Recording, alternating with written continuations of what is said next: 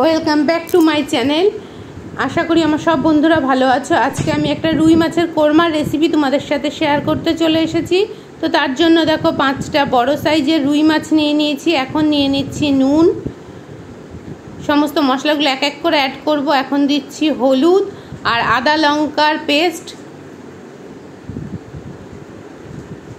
এবার দেব দেখো পেঁয়াজ আর রসুনের একটা পেস্ট, একটু আমচুর পাউডার, এটা অপশনাল, তোমরা দিতেও পারো না পারো, এই জায়গায় লেবুর রসও ব্যবহার করতে পারো। আর দিয়েছি কাশ্মীরি লঙ্কার গুঁড়ো।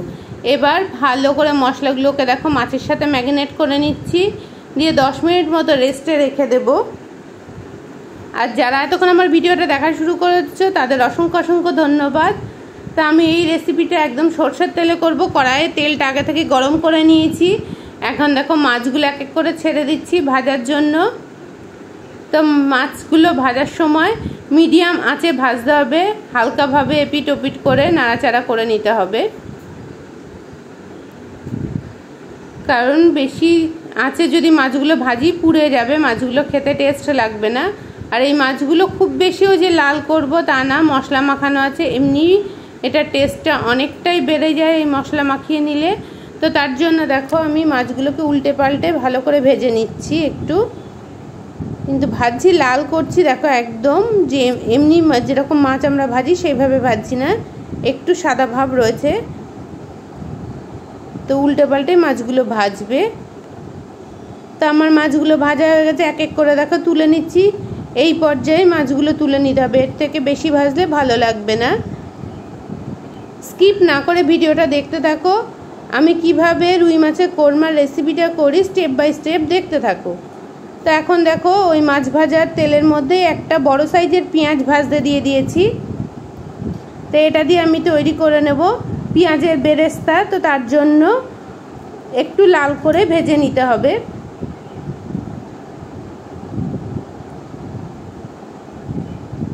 তো দেখো আমি পিটোপিট করে ভালো করে ভেজে নিচ্ছি। খুব বেশি লাল করলেও ভালো লাগবে না, পেঁয়াজটা পোড়া পোড়া লাগবে খেতে। তো এই পর্যায়ে আমি পেঁয়াজটাকে নামিয়ে নিচ্ছি। এখন কড়াইয়ে আরও একটু তেল অ্যাড করে দিচ্ছি। এবার দিচ্ছি একটা দেখো জয়িত্রী ফোড়নের জন্য, এক এক করে ফোড়নগুলো দিচ্ছি। দারচিনি, গোলমরিচ 4টে মতো, 3টে ছোট এলাচ। এবার ফোড়নগুলো হালকাভাবে নাড়াচাড়া করে নিচ্ছি। তো ফোড়নগুলো আমার প্রায় রেডি হয়ে গেছে। এবার এক এক করে জিনিস সব দেব। দিচ্ছি রসুন ফোড়ন, এটা তোমরা বেটেও দিতে পারো, তবে আমি গোটাই দিয়েছি ফোড়নে। রসুনটাও ভাজা ভাজা হয়ে এসেছে। এবার এর মধ্যে দিয়ে দিচ্ছি একটা ছোট সাইজের পেঁয়াজ। যেহেতু আমার মাছের পরিমাণটা কম, তো তার জন্য তোমরা তোমাদের পছন্দ মতো পেঁয়াজটা দিতে পারো, কারণ গ্রেভিটা একটু গাঢ় হলেই ভালো লাগবে।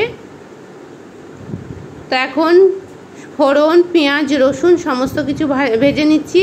এদিকে আগে থেকে কাঁচা লঙ্কা আর আদা পেস্ট করে রেখে দিয়েছিলাম, সেটাকেও দিয়ে দিলাম। দিয়ে সমস্তগুলো ভালো করে ভাজা ভাজা করে নিচ্ছি। পুরো রান্নাটাই কিন্তু মিডিয়াম আঁচে করবে, নাহলে মশলাগুলো পুড়ে যাবে।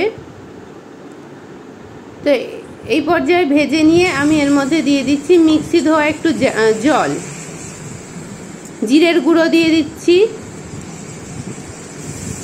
মশলাটা যাতে পুড়ে না যায় সেই রকম যে জল দিতে হবে। এবার দিলাম একটু শুকনো লঙ্কার গুঁড়ো।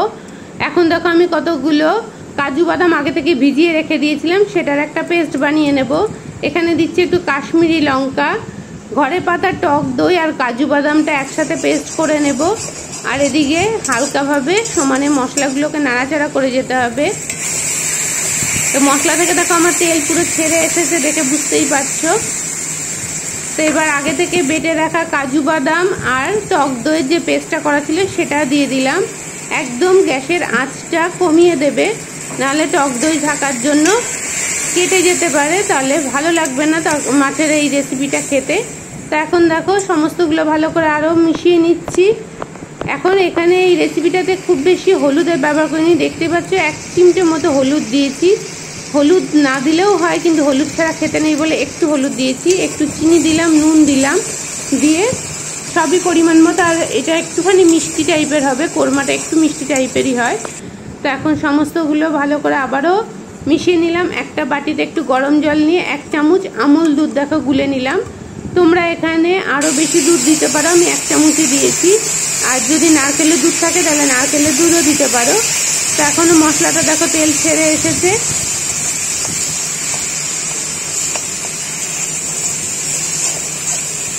মশলা কষানোর ওপরেই রান্নাটা টেস্ট নির্ভর করে। এখন এই যে দুধটা গুলে রেখেছিলাম সেটাও দিয়ে দিলাম,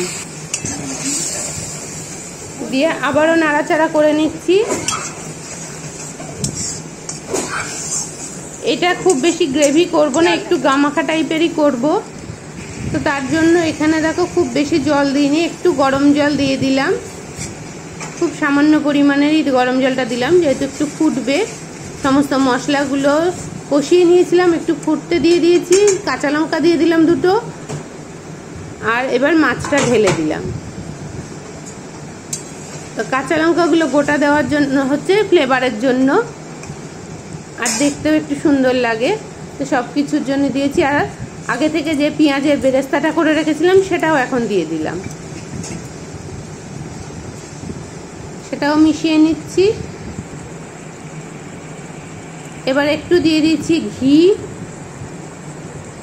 একটু শাহি গরম মশলা দিয়ে দিচ্ছি। এই রেসিপিটাতে একটু তেল ঘি বেশি লাগে। একটু দিয়ে দিলাম গোলমরিচের গুঁড়ো ফ্লেভারের জন্য। তো দেখো আমি গ্রেভিটা কীরকম রেখেছি দেখে বুঝতেই পারছো। একটু চাপা দিয়ে দেবো, সমস্ত কিছু ঘি গরম মশলার গন্ধগুলো যাতে মাছের মধ্যে ভালোভাবে ঢুকে যায়। একটু চাপা দিয়ে রেখে দিয়েছিলাম গ্যাস বন্ধ করে। এখন আমি মাছটা তুলে নিচ্ছি। এতক্ষণ পর্যন্ত যারা ভিডিওটা দেখেছো তাদের তো অসংখ্য অসংখ্য ধন্যবাদ। নতুন ও পুরনো বন্ধুরা সবাই আমার পাশে থেকো। নতুন যারা আসছো আমার চ্যানেলটাকে সাবস্ক্রাইব করে যেও প্লিজ। আর আমার এই রুই মাছের কোরমার রেসিপিটা কেমন লাগলো সেটাও একটা মিষ্টি কমেন্ট করে কমেন্ট বক্সে লিখে দিয়ে যেও। আর একটা লাইক দিও, তোমাদের সুন্দর সুন্দর লাইক দেখতে খুব ভালো লাগে, আর কমেন্টগুলো পড়তেও খুব ভালো লাগে। তো চলো আজকের রেসিপিটা এখানেই শেষ করলাম। রুই মাছের কোরমার এই রেসিপিটা আমি বিয়েবাড়ি স্টাইলে প্রায় বানিয়েছি। তা আমি কিভাবে বানিয়েছি সেটাই তোমাদের সাথে শেয়ার করলাম। আজকের মতো এখান থেকে বিদায় নিলাম তোমাদের কাছ থেকে।